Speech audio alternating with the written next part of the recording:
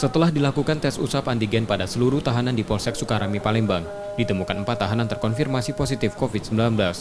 4 tahanan yang positif COVID-19 kemudian diisolasi di 2 rumah sakit berbeda, 3 tahanan di Rumah Sakit Bari Palembang, dan 1 tahanan di Rumah Sakit Bayangkara Palembang. Kasubag Humas Polrestabes Palembang, keempat tahanan tersebut diduga tertular dari keluarga yang membesuk, yang saat ini masih sedang dilakukan tracing. Memang keluhan dari tahanan itu tidak ada. Memang mungkin inisiatif Kapolsek, kebetulan Kapolsek mungkin melihat jumlah tahanan, mungkin insting dia, oh ini perlu dilakukan rapid untuk mengetahui seluruh tahanan agar tidak menyebar kemana-mana. Mungkin instingnya dari Kapolsek.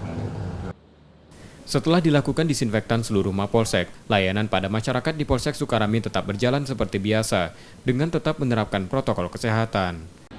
Yudi Kiswanto, Kompas TV, Palembang.